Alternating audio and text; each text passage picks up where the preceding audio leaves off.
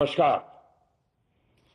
आज मैं एक बेहद महत्वपूर्ण विषय पर, विशेषकर देश की माताओं, बहनों और बेटियों से बात करने के लिए आया हूं।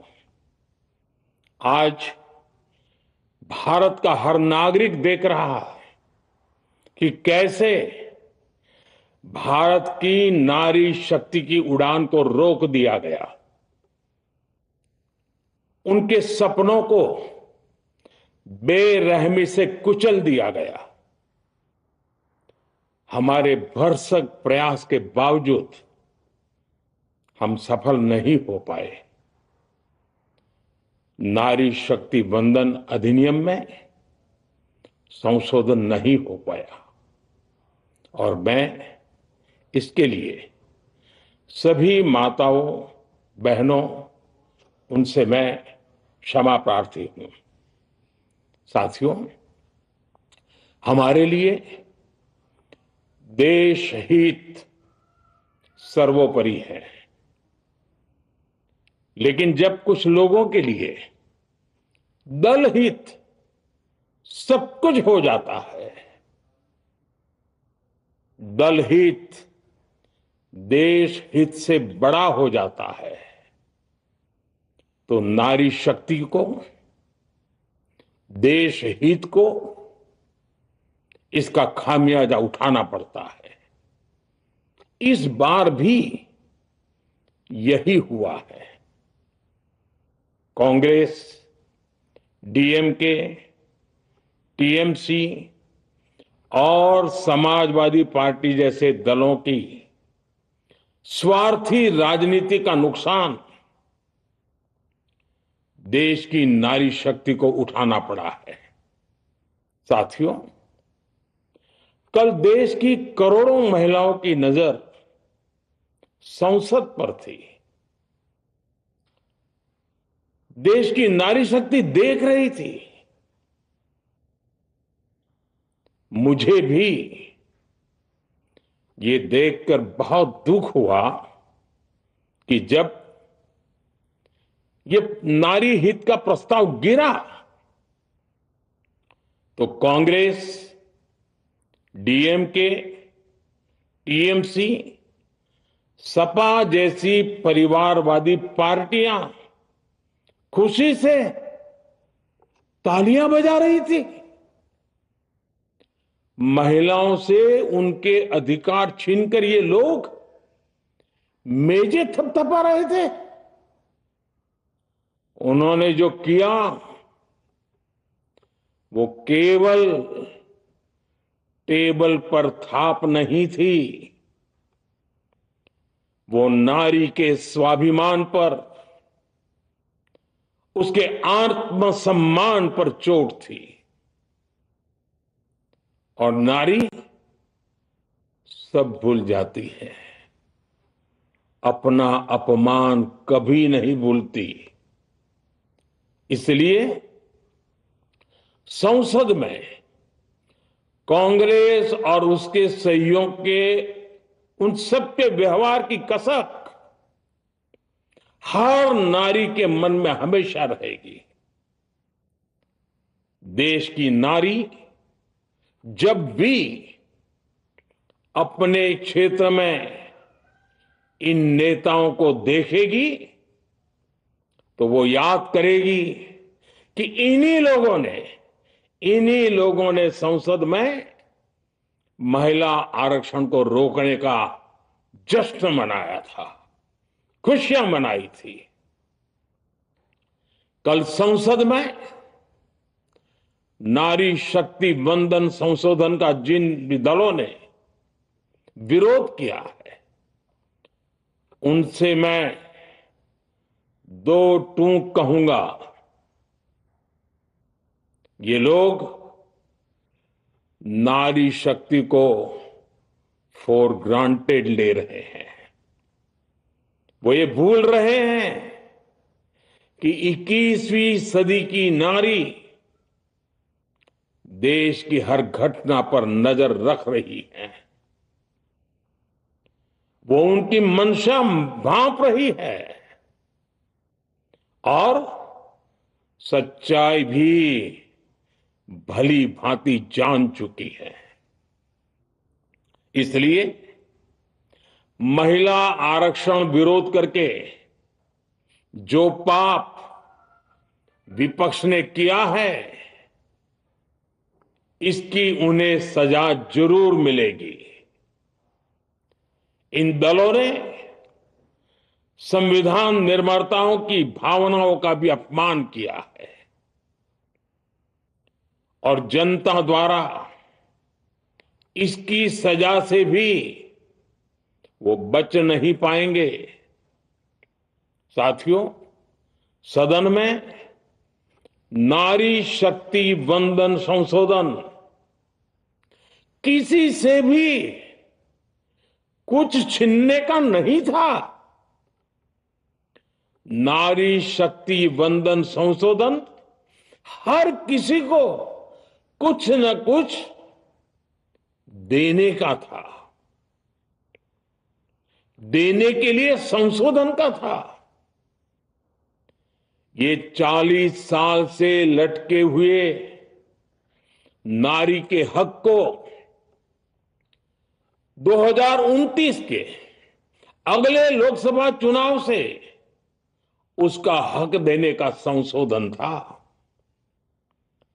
नारी शक्ति वंदन संशोधन 21वीं सदी के भारत की नारी को नए अवसर देने, नई उड़ान देने, उसके सामने से बाधाएं हटाने का महायज्ञ था। देश की 50% यानी आधी आबादी को उसका अधिकार देने का साफ नियत के साथ, ईमानदारी के साथ किया गया एक पवित्र प्रयास था। नारी को भारत की विकास यात्रा में सहयात्री बनाने और सबको जोड़ने का प्रयास था। नारी शक्ति वंदन संशोधन समय की मांग है। नारी शक्ति वंदन संशोधन उत्तर, दक्षिण, पूर्व, पश्चिम सभी राज्यों की, हर राज्य की शक्ति में समान वृद्धि का प्रयास था। ये संसद में सभी राज्यों की आवाज को अधिक शक्ति देने का प्रयास था। राज्य छोटा हो, राज्य बड़ा हो, राज्य की आबादी कम हो या राज्य की आबादी ज्यादा हो, सबकी समान अनुपात में शक्ति बढ़ाने की कोशिश थी। लेकिन इस ईमानदार प्रयास की कांग्रेस और उसके सहयोगियों ने सदन में पूरे देश के सामने भ्रूण हत्या कर दी है। भ्रूण हत्या कर दी है। ये Congress, TMC, Samajwadi party, DMK जैसे दल इस भ्रूण हत्या के गुनहगार हैं। ये देश के संविधान के अपराधी हैं। ये देश की नारी शक्ति के अपराधी हैं। साथियों, कांग्रेस महिला आरक्षण के विषय से ही नफरत करती है। उसने हमेशा से ही महिला आरक्षण को रोकने के लिए षड्यंत्र किए हैं। इस दिशा में पहले जितनी बार भी प्रयास हुए, हर बार कांग्रेस ने इसमें रोड़े अटकाए हैं। इस बार भी कांग्रेस और उसके साथियों ने महिला आरक्षण को रोकने के लिए एक के बाद एक नए झूठ का सहारा लिया। कभी संख्या को लेकर, कभी किसी और तरीके से कांग्रेस और उसके साथियों ने देश को गुमराह करने की कोशिश की।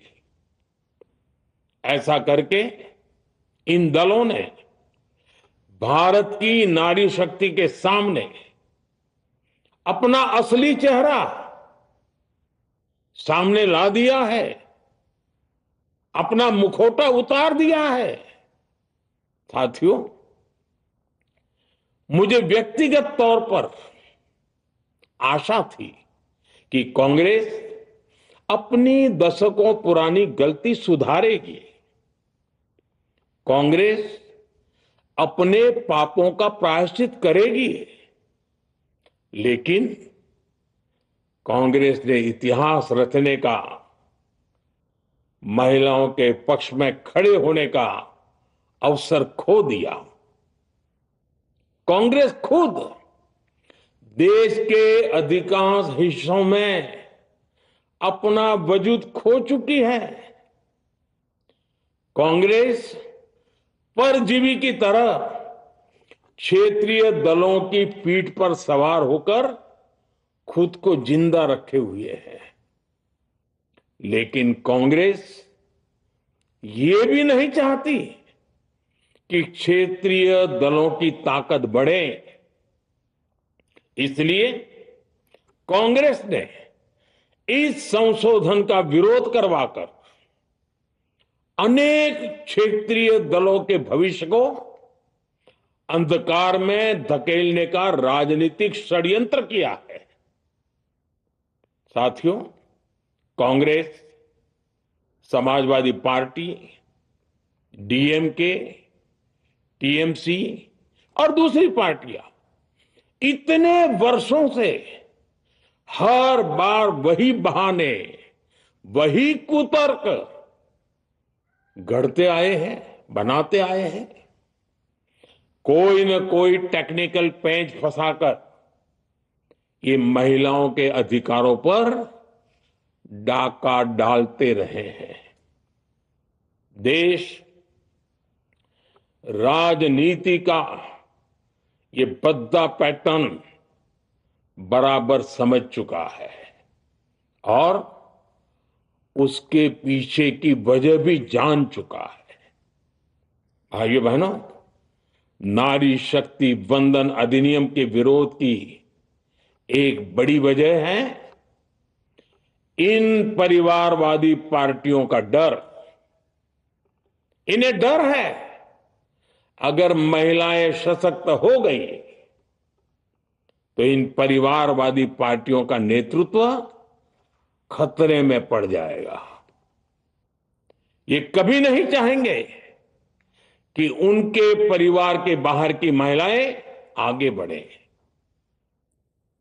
आज पंचायतों में, लोकल बॉडीज में जिन हजारों लाखों महिलाओं ने अपनी क्षमता को साबित किया है, जब आगे बढ़कर लोकसभा और विधानसभाओं में आना चाहती हैं, देश की सेवा करना चाहती है, परिवारवादियों के भीतर उनसे असुरक्षा की भावना बैठी हुई है।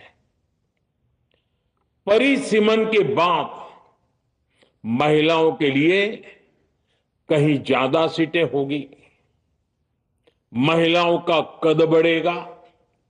इसलिए इन लोगों ने नारी शक्ति वंदन संशोधन का विरोध किया है। देश की नारी शक्ति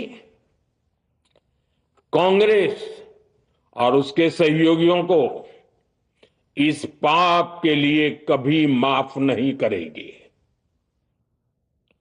मेरे प्रिय देशवासियों, कांग्रेस और उसके साथी दल डीलिमिटेशन पर लगातार झूठ बोल रहे हैं।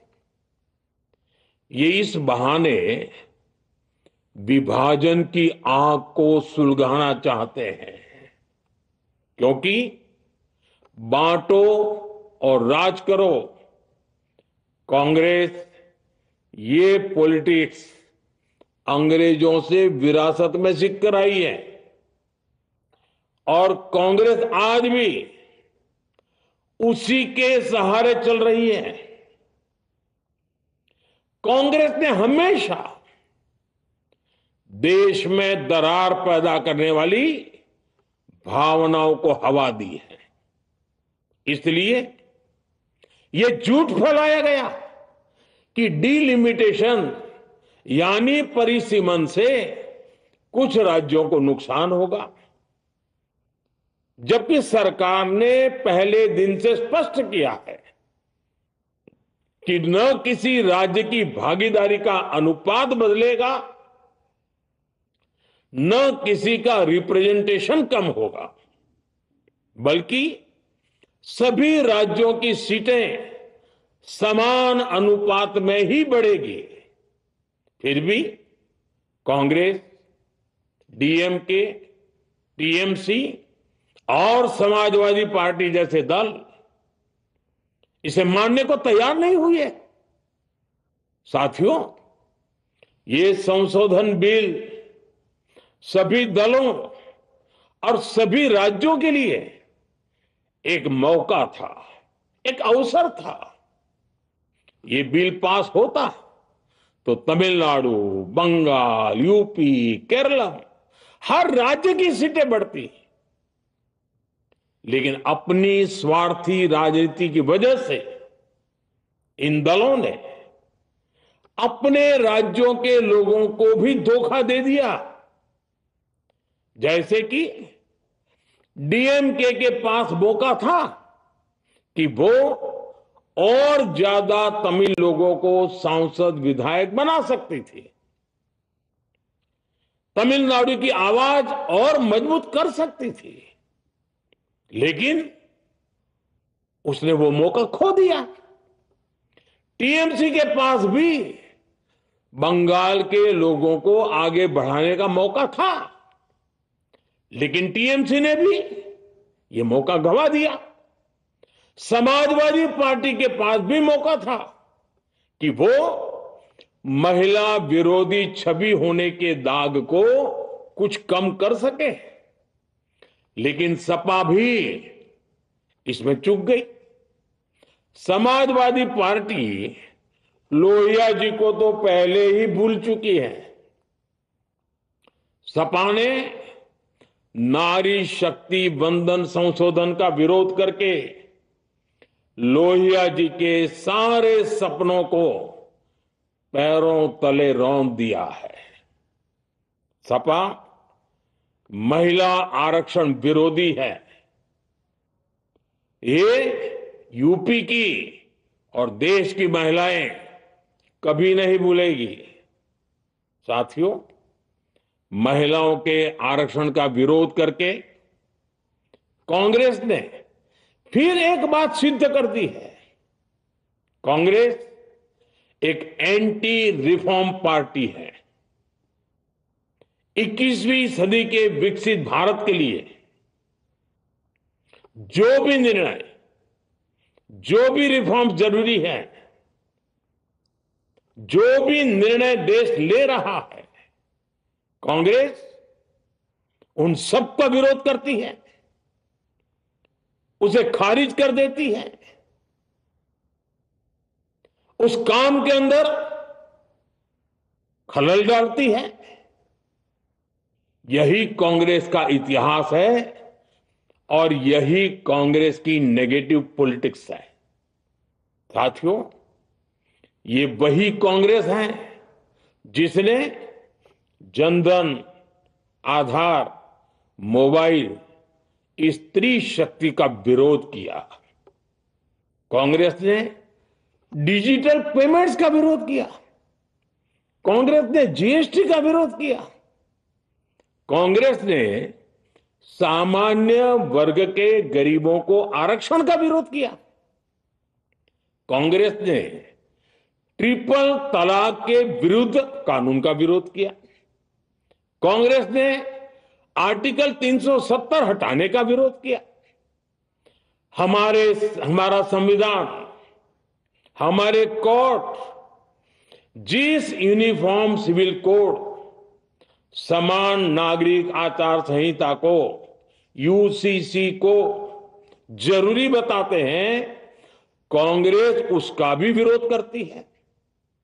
रिफॉर्म का नाम सुनते ही कांग्रेस विरोध की तख्ती लेकर दौड़ पड़ती है। ऐसा कोई भी काम जिससे देश मजबूत होता है, कांग्रेस उसमें बाधाएं खड़ी करने के लिए पूरी शक्ति लगा देती है। Congress one nation one election का विरोध करती है। कांग्रेस देश में घुसपैठियों को भगाने का विरोध करती है। कांग्रेस मतदाता सूची के शुद्धिकरण एसआईआर का विरोध करती है। कांग्रेस वक्फ बोर्ड में रिफॉर्म का विरोध करती है। साथियों, कांग्रेस ने शरणार्थियों को सुरक्षा देने वाले सीएए कानून तक का विरोध किया। इस पर झूठ बोलकर, अफवाहें फैलाकर देश में बवंडर खड़ा कर दिया। कांग्रेस माओवादी नक्सली हिंसा को समाप्त करने के देश के प्रयासों में भी रुकावटें डालती है। कांग्रेस का एक ही पैटर्न रहा है, कोई भी रिफॉर्म आए तो झूठ बोलो, भ्रम फैलाओ। इतिहास साक्षी है, कांग्रेस ने हमेशा यही नेगेटिव रास्ता चुना है। साथियों, जो भी कार्य देश के लिए जरूरी फैसला होता है, कांग्रेस इसको कारपेट के नीचे डाल देती है। कांग्रेस के इसी रवैये की वजह से भारत विकास की उस ऊंचाई पर नहीं पहुंच पाया जिसका भारत हकदार है। आजादी के समय उस दौर में हमारे साथ और भी कई देश आजाद हुए थे। ज्यादातर देश हमसे बहुत आगे निकल गए और इसकी वजह थी कि कांग्रेस हर रिफॉर्म को रोककर बैठी रही। लटकाना, भटकाना, अटकाना, यही कांग्रेस का सिद्धांत रहा है, यही कांग्रेस का वर्क कल्चर रहा है। कांग्रेस ने पड़ोसी देशों के साथ सीमा विवादों को लटकाया। कांग्रेस ने पाकिस्तान के साथ पानी बंटवारे से जुड़े विवादों को लटकाया। कांग्रेस ने ओबीसी आरक्षण के निर्णय को 40 साल तक लटकाए रखा। कांग्रेस ने सैनिकों के लिए वन रैंक वन पेंशन को 40 साल तक रोके रखा। साथियों, कांग्रेस के इस रवैये ने हमेशा देश का बहुत बड़ा नुकसान किया है। कांग्रेस के हर विरोध, हर अनिर्णय, हर छल प्रपंच का खामियाजा देश ने भुगता है, देश की पीढ़ियों ने भुगता है। आज देश के सामने जितनी भी बड़ी चुनौतियां हैं, वो कांग्रेस के इसी रवैये से उपजी हुई है। इसलिए ये लड़ाई सिर्फ एक कानून की नहीं है, ये लड़ाई कांग्रेस की उस एंटी रिफॉर्म मानसिकता के साथ है जिसमें सिर्फ नेगेटिविटी है, नकारात्मकता है। और मुझे इसमें कोई संदेह नहीं है कि देश की सभी बहनें बेटियां कांग्रेस की इस मानसिकता को करारा जवाब दे के रहेगी। साथियों, कुछ लोग देश की महिलाओं के सपने टूटने को सरकार की नाकामी बता रहे हैं, लेकिन ये विषय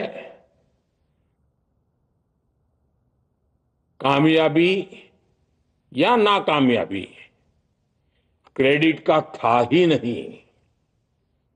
मैंने संसद में भी कहा था, आधी आबादी को उनका हक मिल जाने दीजिए, मैं इसका क्रेडिट विज्ञापन छपवाकर विपक्ष के सभी लोगों को दे दूंगा, लेकिन महिलाओं को दकियानुसी सोच से देखने वाले फिर भी अपने झूठ पर अड़े रहे, कायम रहे। साथियों, नारी शक्ति को भागीदारी दिलाने की लड़ाई दशकों से चल रही है। वर्षों से मैं भी इसके लिए प्रयास करने वालों में से एक हूं। कितनी ही महिलाएं ये विषय मेरे सामने उठाती रही हैं, कितनी ही बहनों ने पत्र के द्वारा मुझे सारी बातें बताई हैं। मेरे देश की माताएं, बहनें, बेटियां, मैं जानता हूं आज आप सब दुखी हैं। मैं भी आपके इस दुख में दुखी हूं। आज भले ही बिल पास कराने के लिए जरूरी 66% वोट हमें नहीं मिला हो, लेकिन मैं जानता हूं देश की 100%, 100% नारी शक्ति का आशीर्वाद हमारे साथ है। मैं देश की हर नारी को विश्वास दिलाता हूं, हम महिला आरक्षण के रास्ते में आने वाले हर रुकावट को खत्म करके रहेंगे, हटा करके रहेंगे। हमारा हौसला भी बुलंद है, हमारी हिम्मत भी अटूट है और हमारा इरादा भी अड़िग है। महिला आरक्षण का विरोध करने वाली पार्टियां ये देश की नारी शक्ति को संसद और विधानसभाओं में उनकी भागीदारी बढ़ाने से कभी भी रोक नहीं पाएंगे। सिर्फ वक्त का इंतजार है। नारी शक्ति के सशक्तिकरण का बीजेपी एनडीए का संकल्प अक्षुण्ण है। कल हमारे पास संख्या बल नहीं था, लेकिन इसका मतलब ये नहीं है कि हम हार गए। हमारा आत्मबल अजेय है। हमारा प्रयास रुकेगा नहीं, हमारा प्रयास थमेगा नहीं। हमारे पास आगे अभी और मौके आएंगे। हमें आधी आबादी के सपनों के लिए, देश के भविष्य के लिए इस संकल्प को पूरा करना ही है। आप सबका बहुत बहुत धन्यवाद।